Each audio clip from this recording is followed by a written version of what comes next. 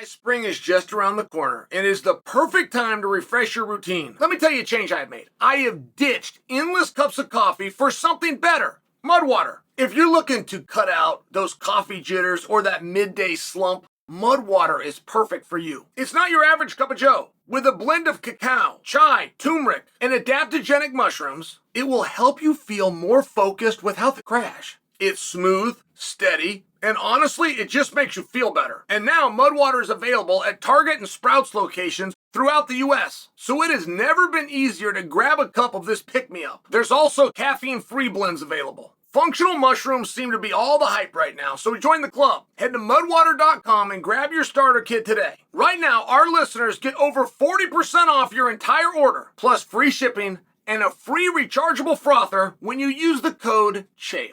After your purchase, they're going to ask you how you found them. Show your support. Tell them I sent you. Oh, I had this guy call me. This guy was so upset. And essentially, he was trying to use me as a piece for an interview, like a research piece for his book, and I'm all for it. But I just couldn't give him what he wanted.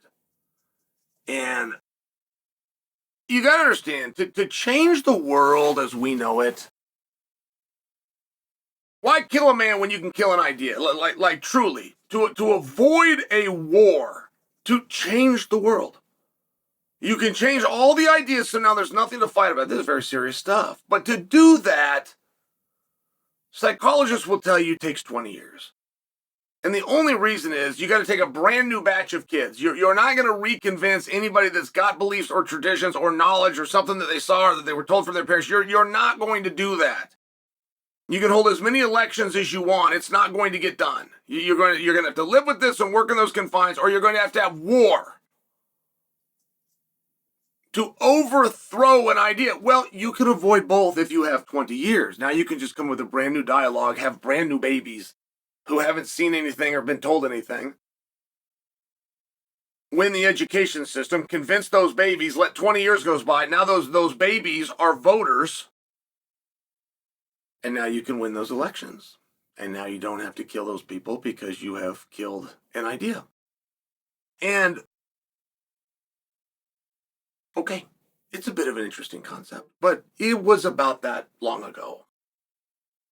It was about 20 years, which is closer now to 27, 28 years, when somebody came out with a scam. It's a complete scam.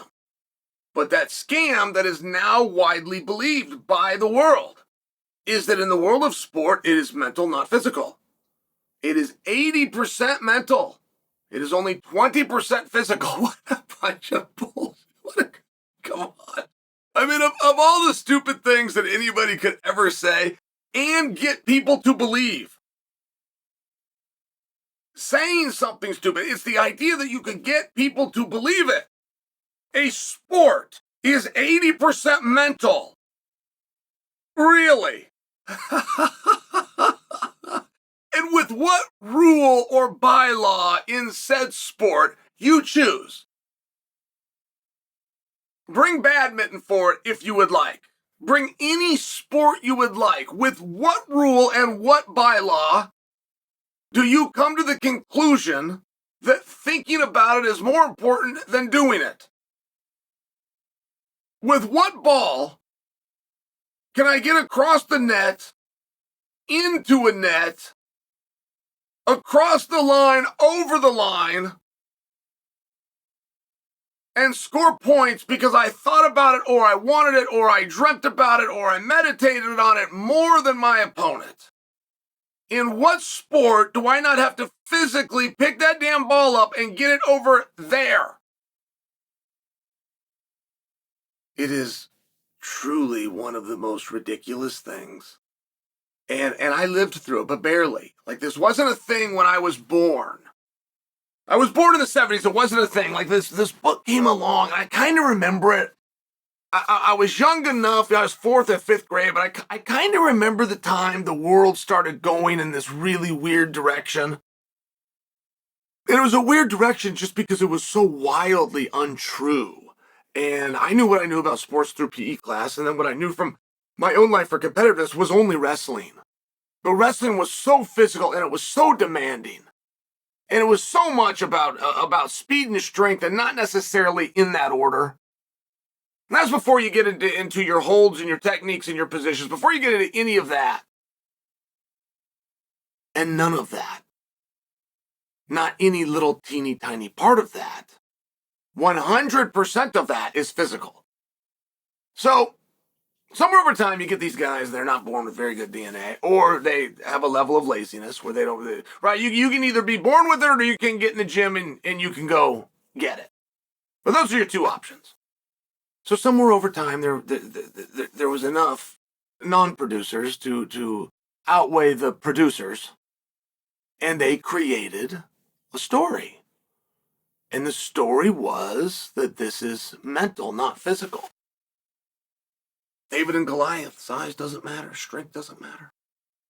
All these things that you could only be read about and you could only be told about because you would have no practical life experience of looking out your window and seeing two animals, mammals or otherwise, engage where it was anything other than physical.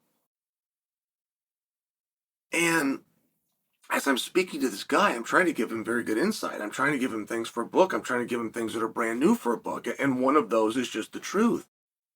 Like it is not 80% mental and 20% physical. That is a stunning. I mean, stunning, like, I am stunned. It is a stunningly stupid thing to say. If you're a gymnast, you're going to have to get around that bar. And it doesn't matter if it gives you an anxiety or a fear. And your opponent is full of confidence. It does not possibly matter what you're thinking. It doesn't matter what your mentality is. There is no judge anywhere looking for that. You physically are going to do that with legs straight and a smile on your face better than your opponent did, or you're not.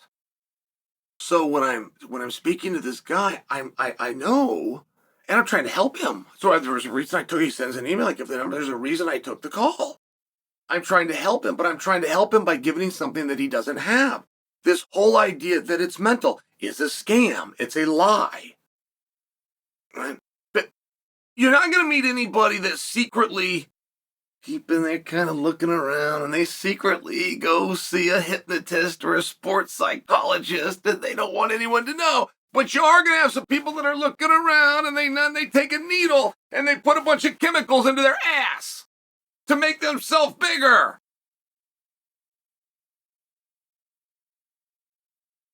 I'm not telling you just the size that matters. What I'm telling you is it's 100% physical. This isn't a weight. This isn't an 80-20 or a 20-80 the other way. It is a 100% physical exertion. All of life is. It does not matter how you feel. It only matters how you look. And this is the truth, but I'm trying to give this to the guy because I know nobody else will. I know it's been about 28 to 30 years since this idea has come out. I know there's not a single book written that anywhere that you could find. Use Google as your source. It's going to tell you the truth, which is it's all physical. Control what you can control. Have more points than that guy when time runs out in any sport that you're doing anywhere. I know there's not a book or even a chapter in a book that he could go out and find. Use Amazon as your source. That is going to tell you there is no judge and there is no referee anywhere that is going to try to look introspectively and guess how you feel as a way of marking the sheet. Emotions are fake. It's the reason somebody can go to Hollywood who's from New York City and he can play a cowboy for 3 months. Because it's fake. Actions are real. I was trying to help him with his book. He instead gets off the phone frustrated after letting me know I will not be included in the book.